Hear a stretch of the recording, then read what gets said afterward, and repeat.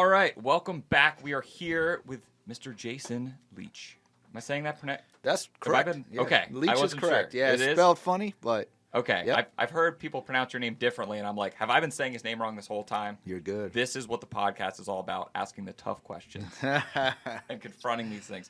No, but like I said before, you've got a long history with drums, etc. Right.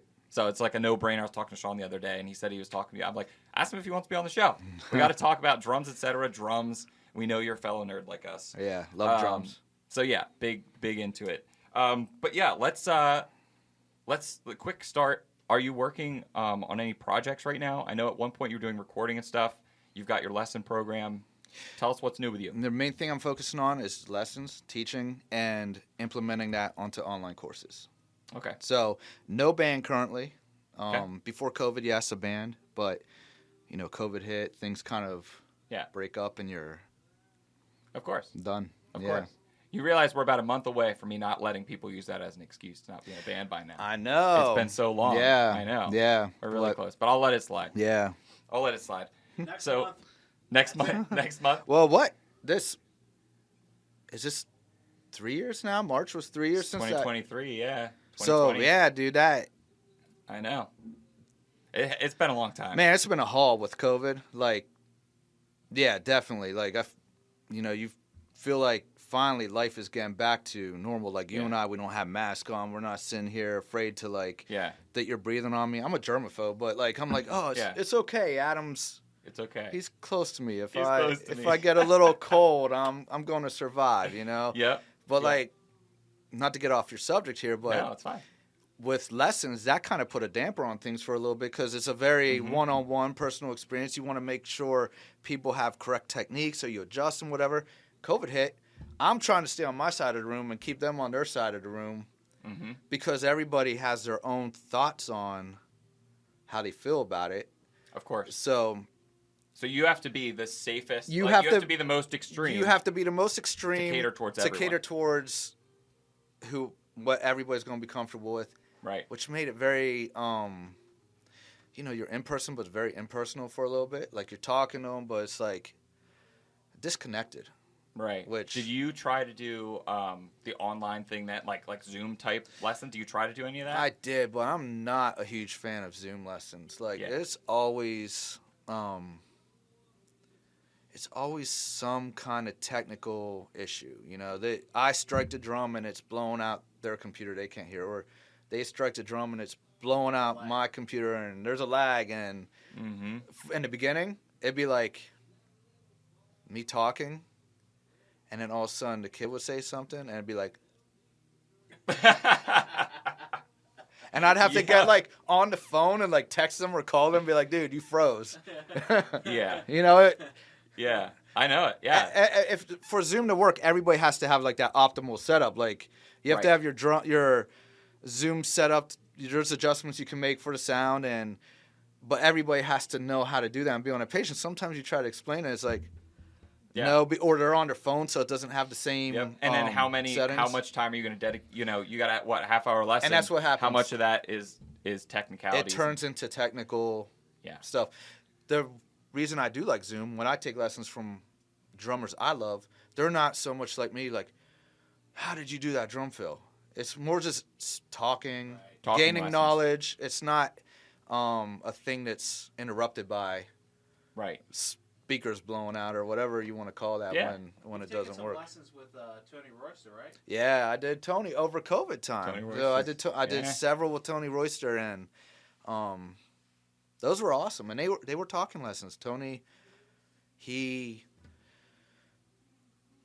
was wherever he was at in a room, and he would be like, "Okay, do this," and then he would critique me. He would say, you need to be more consistent with this, or you need to do this, and don't overthink this. And dude, it turns out like some of the stuff Tony's doing, they all come back down to fundamentals too. That he just blasts into like the universe Yeah. where He takes it to the next he level. takes it to the next level. And But that's they're fundamentals. In they're disguise for fundamentals, Flash, and yeah. that is like something I try to portray to my students. Those fundamentals you need to learn. I try to always give them a little taste of where they can go so they stay interested. But it's like, dude, you must learn these. If you want to be a drummer, you got to get good at your singles. You got to get good at your doubles. You got to Just get... learn licks. You can't. You have to, like, get proficient with some of these things because it doesn't matter what style of music you play. You're going to use them. Mm-hmm. Like, learn your ABCs. You're not going to spell words if you don't know your ABCs. Right. I don't know what you're going to do. You're going to be lost. Yeah. So, Yeah, exactly.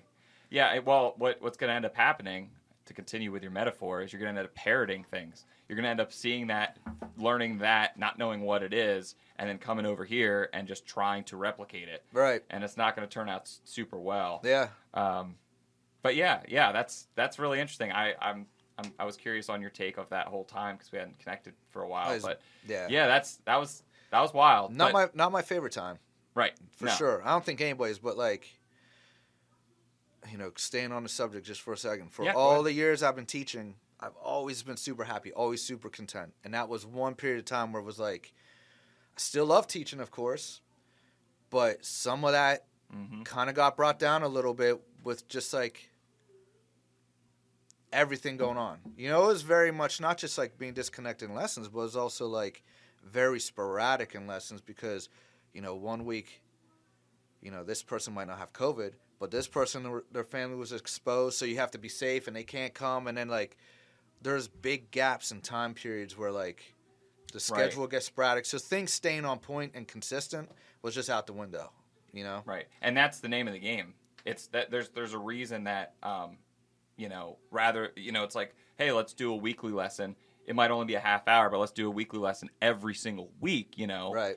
We're not going to say, oh, how about instead of a 1 4-hour lesson per, you know, 3 months. Right. That doesn't work as well. Right. You know, it's consistently. I mean, and that goes across. That's with exercise. That's with, you know, all sorts of things. It's not just in music, but to become proficient and to work towards something and to build up, you need to be regularly doing it, and practicing. And I think the kind of people those gap lessons work for, the long kind of like coaching sessions, are people that are advanced in their playing and they're looking for knowledge and to educate themselves more, not because they have to, but because they want to. Right. And then they have that time to, like, really dig into things because they've been drumming a while and they know how to guide themselves through that material versus, like, they're not going to go home and, like, oh, what did he just show me? I forget, Right. you know? Right. You know? Right. So, yeah, that helps a lot. Yeah, I get that. Yeah. So let's back up. What made you pick up the sticks initially? Let me think here. I think just like any normal kid banging around, and Mom said, "Do you want to take drum lessons?" And I was shy, and I said no. Mm-hmm. But she looked in the yellow pages. That's how old Sean and I are. Looked in Yeah. the yellow You pages. weren't born in 1996. Well, I was, but we still Okay. had a phone book. We'll But, figure out that. Yeah. All right. Go ahead. And she called Drums Etc. down on Plum Street, and I think Rick probably answered, and he was like, "Yeah, we have a great teacher," and it was John Pfeiffer. So signed up, fell in love with drums my first lesson, loved it. And John showed me how to hold sticks. That's where I learned my first lesson and how to strike a drum. But like that was it for me. Like I don't know what it was about being a kid and just that. Yeah. But I loved it. Yeah, I think we've all had our moment where that happens, and that's awesome that yours was in such. I mean, that's it makes total sense that you have such a solid foundation in your playing. just John, because it's fantastic. John Pfeiffer, yeah. Who's actually teaching right now, still in the building. And I mentioned this to him earlier, and I knew that you and Sean knew each other from Queen Street, but I didn't realize you went back to Plum. Yeah, so I think when I was 9, Don't give them numbers. We're gonna do the math. Don't give them numbers. Let's just say I was 9 in 1989. That's the truth. That's the truth. I was 9 in 1989. So, Okay. Plum Street days,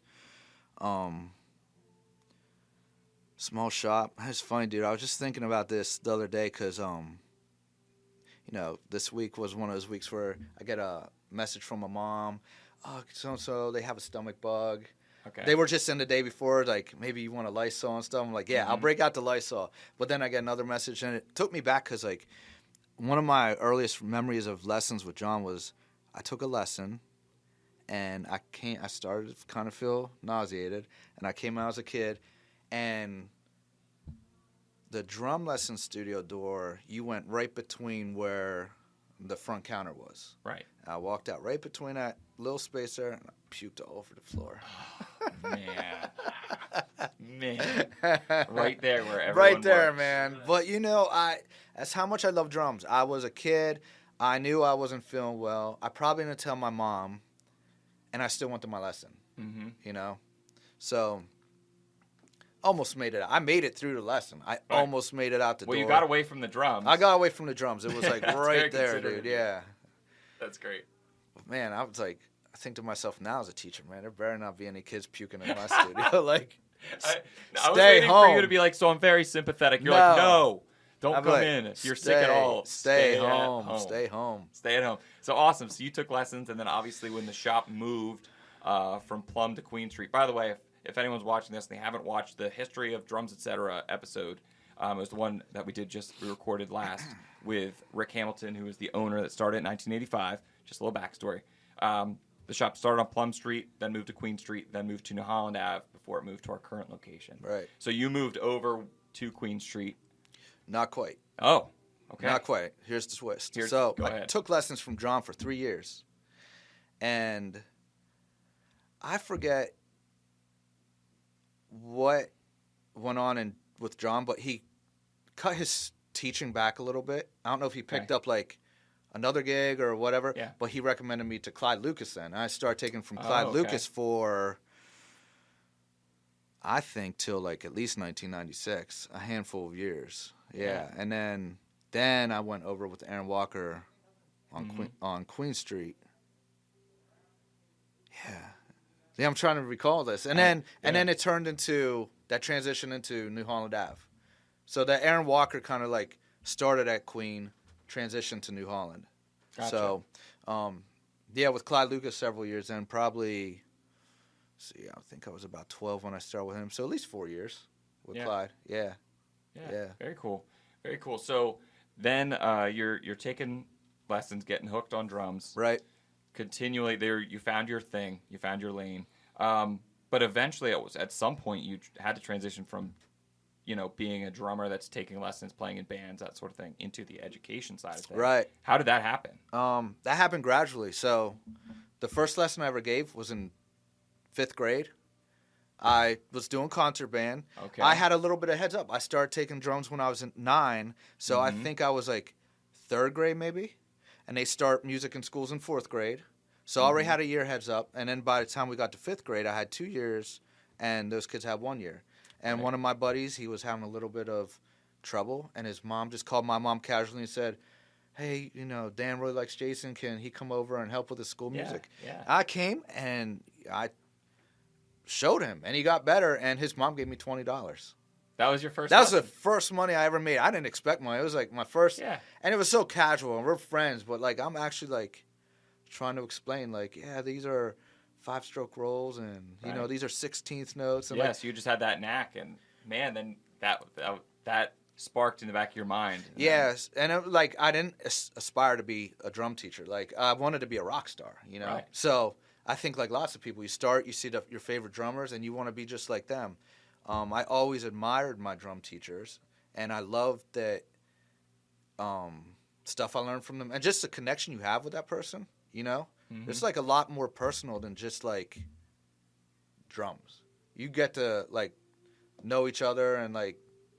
Right. Yeah, there's a foundation in the friendship, but then also you share it through the progression of a skill and doing something that you love. Yeah. So the bond between a drum student and teacher is something special. And it turns into something like, people confide in you. They'll tell you stuff that's personal in their lives, and like it's kind of like a therapy for them as well. So, where were we moving on after that? Eventually, the transition to you becoming a teacher. Okay, so then when I would play in bands, it'd be basically like, hey, how'd you do that?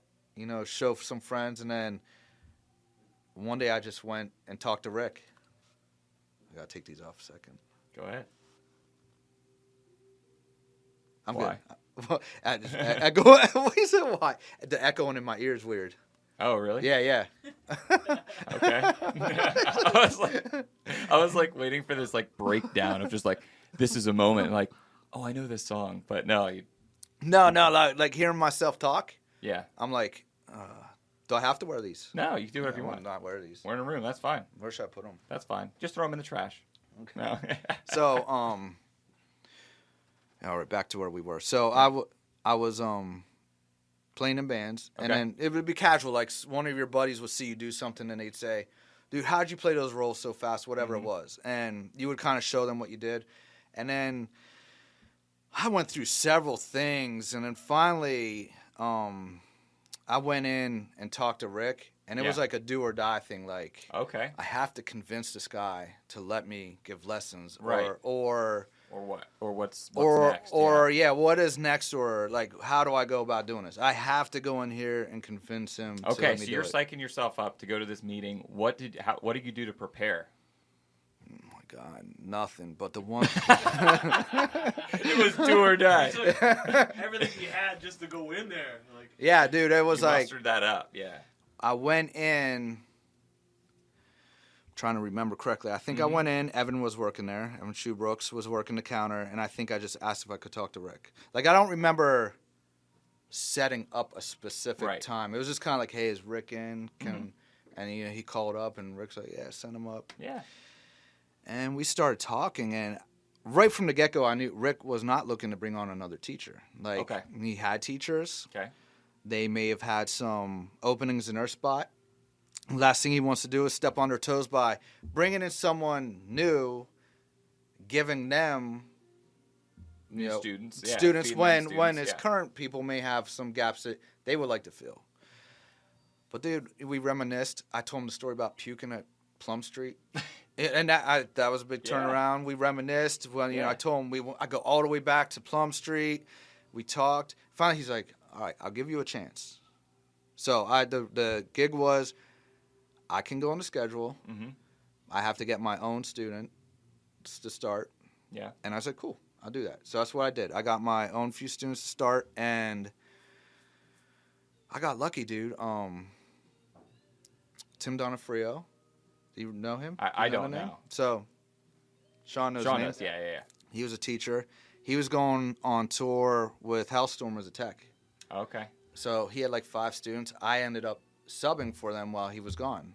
So right away I got 5 students. It was like supposed to be a temporary thing. Mm-hmm. But when Tim got back, he decided he was moving to Los Angeles. So his 5 students had a choice. They're like, "Oh, we can keep playing drums with Jason, or Yeah. we can stop." And they all kept going. Yeah. Absolutely. And then, do you recall Will Alpers?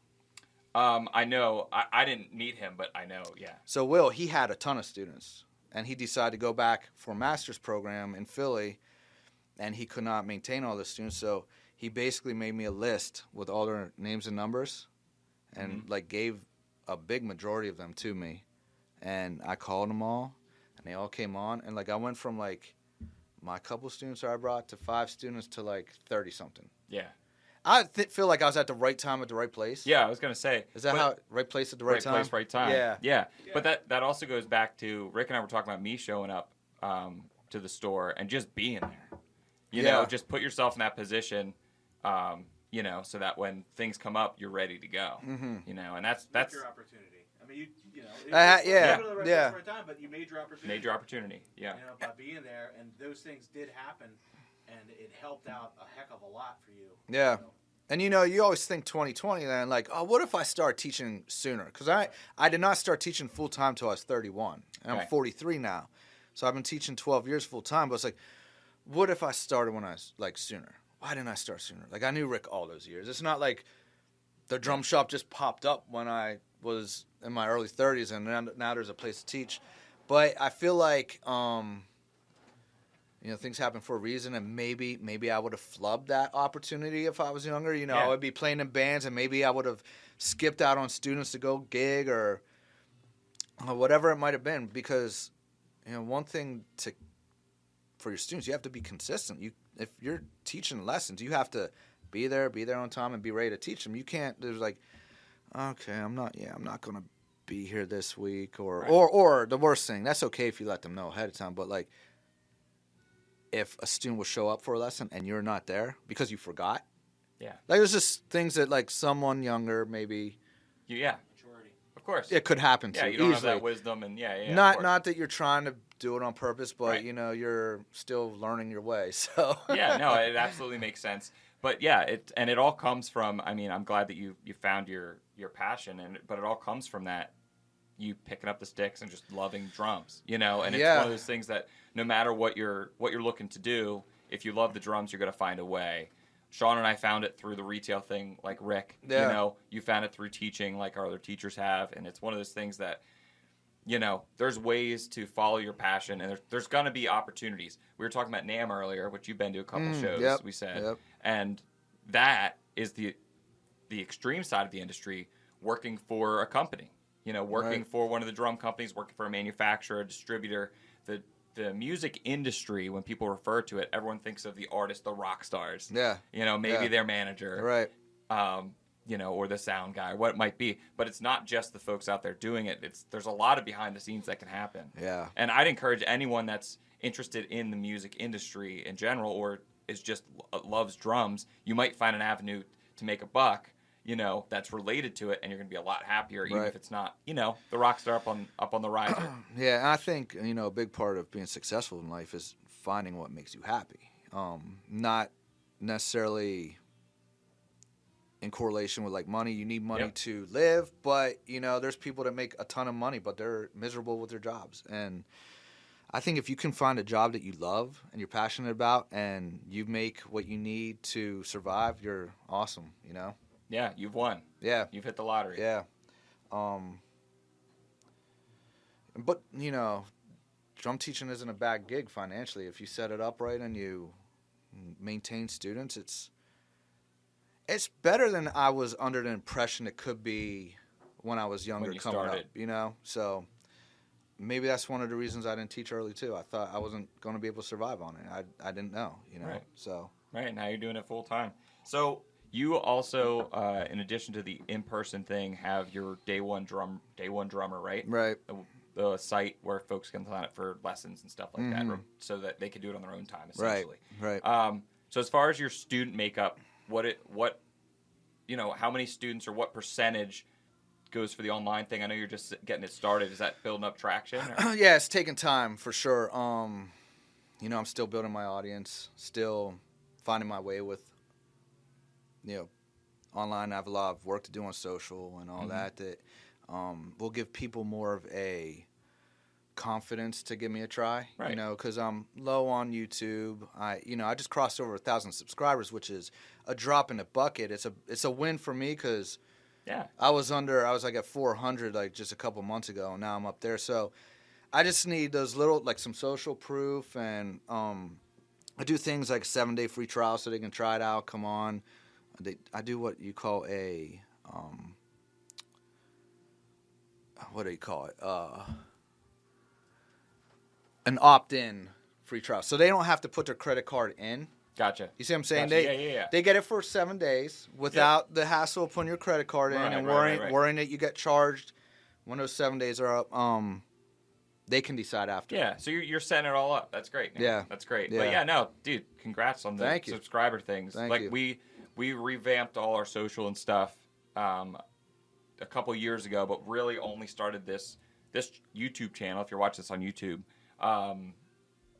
we've only been at it like 5 months. Yeah. But you know, so get our subscribers up to 1,000, folks. You're hearing it here first. It's a big deal. It takes time. big deal, You know, man. the main thing I've learned in everything I've done over the years, from taking lessons, from doing stuff like we're doing now, Yep. is consistency. That's it. Stay consistent. And you were just telling me, you know, when I started doing this, maybe it was like this, and then I learned this, and then this. You just build off that platform.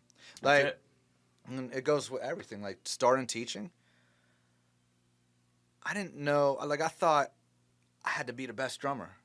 You know, you don't. You have to be able to explain things to people. You know, you have Yeah. to be a good drummer. But in my head, you know, I was thinking these dudes are going to come in that, like, drum circles around you and be like, teach me. And I'm like, I don't know what to teach you. Well, it's not. Right. It's not reality. It's not like that. It's not you like need a that. guide and you need someone to help you along your Yeah. journey and be that second set of eyes, to Right. be honest with you. Exactly. Sean Yeah. and I talk about it all the time. I mean, sometimes we'll even have, this drum's giving me trouble or whatnot, this shell composition, whatever it might be, and be like, hey, you take a crack at it. Here's my snare.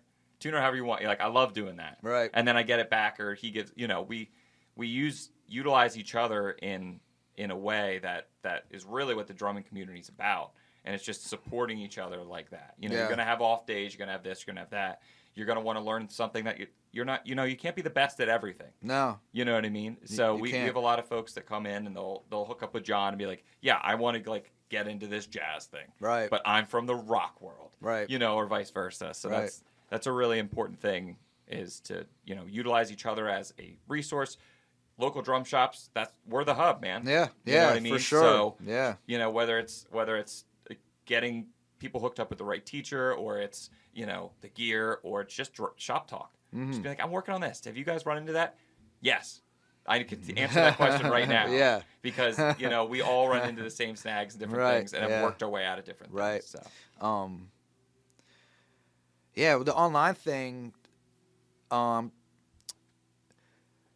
of making an online thing is work, like with the website, like I'm doing, is building a community. Right. Like, people can go on, they can watch lessons.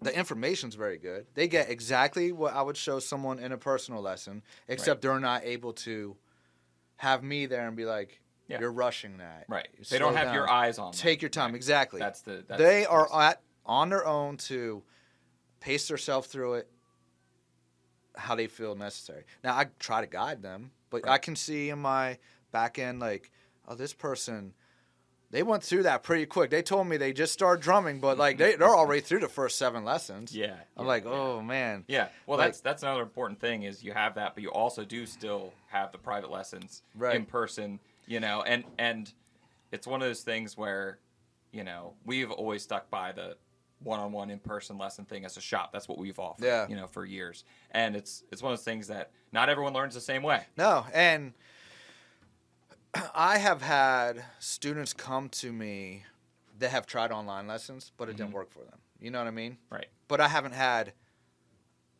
I don't think I've had students leave to do just strictly online. I haven't had it flip-flop. I mean, having a person there is the most value that you can provide as far as instant feedback. So that makes sense. And you need that. I mean, the one thing is when people start playing an instrument, you're new to it. You have questions. And if you think you're going to your lesson with one question, you see something and you have 10 more questions, Mm-hmm. And having someone there to guide you through those questions is definitely beneficial. And that's where that online community comes into place. Like, it's supposed to be like, oh, you can reach out and I'll do live lessons and stuff. It's just a matter of people taking advantage of it. Well, hey, man, I wish you the best of it. Yeah, I appreciate it. I do, because I think it's a new take on things. It's a new spin, and if anyone's going to do it right, it's going to be you. The one nice thing is, even if the online builds very slowly, I give all of my private students access. Mm-hmm. So, they go home and they need to print out PDFs. They can just log on and print out. If it's like extra because I still work from Method Books. Right. I love them. They're straightforward. Right. Students love them. They like to see a start and a finish point. Work through those, and if there's extras, I'll make my own PDFs, and they can go online and they can download them. Yeah, man, you're doing all the right things, giving everyone support. But yeah, man, I wish you the best of that. Thank you. But yeah, great to have you back in the shop. Yeah, it's been a while. It's great to have you here. Yeah, great to have you here, checking everything out. Yeah, for sure. In the new shop. But that mug is your takeaway. I love it. They put the handle on the wrong side, but I like know, it. I know, the takeaway. But it is one of those things where we like to give you a special thank you. So Thank that. you. And I got a lot of flack for the first 2 guests.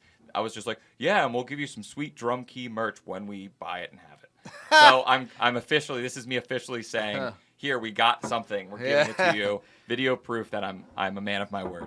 But unless there's anything else you want to talk about, I think we kind of covered your journey at least a little bit, gave people insight into what's going on, what's new. Yeah, that's it. The only thing I was going to speak on was when you and Sean were speaking about people come in and they ask about how long does it take. Yes. How do you field that question? So I do what you said. I ask what their goal is. And so everybody has different goals. This person, they just want to play their favorite song. This person, they want to play at church. This person wants to play in a band. Mm-hmm. You know, based on what they say, then you can kind of like build a plan for them, but you have to let them know like everybody has to get these fundamentals down. There's no skipping that That's foundation. step one. Yep. And like Sean said, you come to lessons, but you put in the work at home. Yeah. You know, if I'm going to guide you, if you trust in your teacher, they're going to give you the right guidance. You go home and you practice what they said, and you try to take what they showed you and be creative. Because I always try to push creativity. If I show you something in a book, that's not the end all be all. Like, move your right hand from the hi-hats to a tom or to a cymbal. Mm-hmm. Move your left hand, play the backbeat on a tom. See what it sounds like. Like, be creative. And then the consistency. Like, don't practice for an hour before you see me. Like, let's say you come on Tuesdays. Right. Don't wait till next Tuesday morning to practice for an hour and then come in to see me. Practice. I'd rather you practice 15 minutes each day and set little goals. Like, a big thing is setting the goals. Like, my goal, I can't play this beat. I'm so frustrated. Right. Make your first day of practice, get through the beat. That could take 10 minutes, 20, 30, whatever. After you get through and you do it, just stop. Go on to something fun. After that, try to get through it again, but then up it. Like, try to play it 4 times. Mm-hmm. Just small little increments that, like, add up to big things. Yeah. But yeah, that's where they're going to be able to succeed. Again, like you said, I think that relationship and that trust. You got to trust your teacher. They'll get you there. Establish your goals, and they'll get you there. You just got to follow their methodology. And follow your teacher. You're paying them for their advice and their knowledge. Don't let all the other stuff you see online like sidetrack you either. Like, you see this dude doing something fancy, and then that dude, your brain's gonna spin, and you're gonna get sidetracked, and you're not gonna focus on building the fundamentals. You're gonna skip steps, and then you're gonna come back 20 years from now and say, I have tendonitis. What can I do to fix it? And it's hard to fix. Yeah. Like, we're and it's gonna cost a lot more than the drum lessons that you're taking. Yeah, trust the process. That's what I say. Just trust the process. Like, yeah, you know. Yeah, so, man. You've seen it, and you've seen it. We've seen it hundreds of times. Same with you. Yeah. Like, we've seen that pay off, and that's a wonderful thing when it does. You know. Yeah, you know, I have, not to keep you going here, but we're good. I have a student named Annie. She's a McCaskey student. Okay. Very, like, on-point student from the time she started. She's been taking lessons for like 7.5, 8 years now. So she started when she was a little girl, maybe, what would that be, elementary school? Mm-hmm. Very little. Makes it a point to practice every week. Makes it a point to be creative.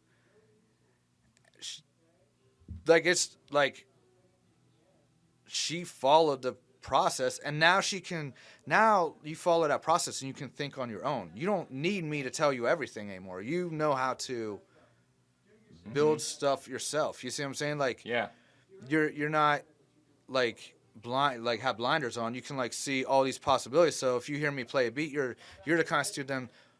What if you open the hi-hat here? Or what if instead of this we did the bass drum like this? And right. And then you make me think. I'm like, I can't play that. Why'd you have to ask me to do that? Yeah. Of course. No, but I love. I heard this years ago that there's no secret. There's not. No. There's no secret. No. There's no secret. There's no hack. There's no shortcut. Yeah. If you do trust the process, you hook up with a great teacher, and you follow through, and you're consistent, then you're going to get great results. Yeah, and you know, I think Sean also said it's hard to be great at everything. But I never said that. You didn't say it? I said that. You said that? Okay, I'm sorry, Adam. Shit, it's hard to be the best. Yeah, you can't be the best at everything. You better bleep that out. Anyway, I would never say that. No, but I follow that with drumming as well. Like, you know, there's value in learning jazz and rock and Latin and all that stuff. And, you know, maybe marching snare and the rudimentary stuff. To be great at all of it, though, that's very hard. Like, so me, I kind of learned, you know, you learn what music you like and kind of find a direction, and like I kind of hone in on ideas, like an area. That's what I like. I don't say that for everybody because you know, a working drummer, they may need to have a lot more variety in their arsenal. Yep. But I've always been the kind of drummer too where like I find it hard to play if like to a song or music if it's not something I would listen to like driving in my car. Like if I'm not listening to this for enjoyment, I don't really want to drum for it. Then I feel like I'm kind of it just doesn't feel the same. It feels like Right, and you need some of that subconscious like absorption of what's really happening. I was talking about I'm not a jazz guy at all, right? yeah. But I wanted to get the fundamentals, the basics of like the jazz ride pattern and that sort of thing. But while I was working on that, what I did every morning coming into work and every day going home is I put jazz records on. Mm-hmm.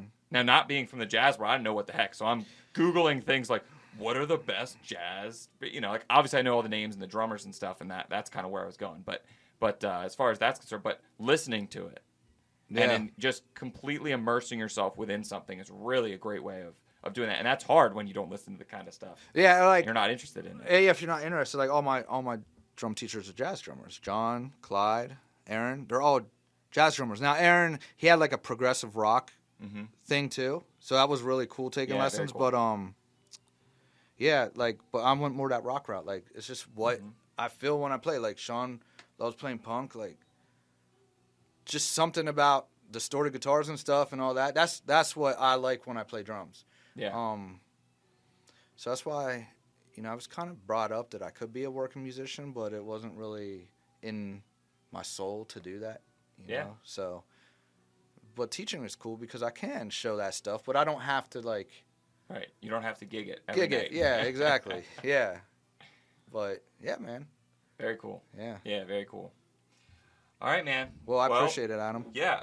Thanks for coming. Thank you for Great having me, man. Yeah. Thanks to everyone for joining us here at Drum Key. If you want to contribute to the show, we've got a link to a Discord below. But then also any comments of where you're seeing the podcast or clips, let us know what you think.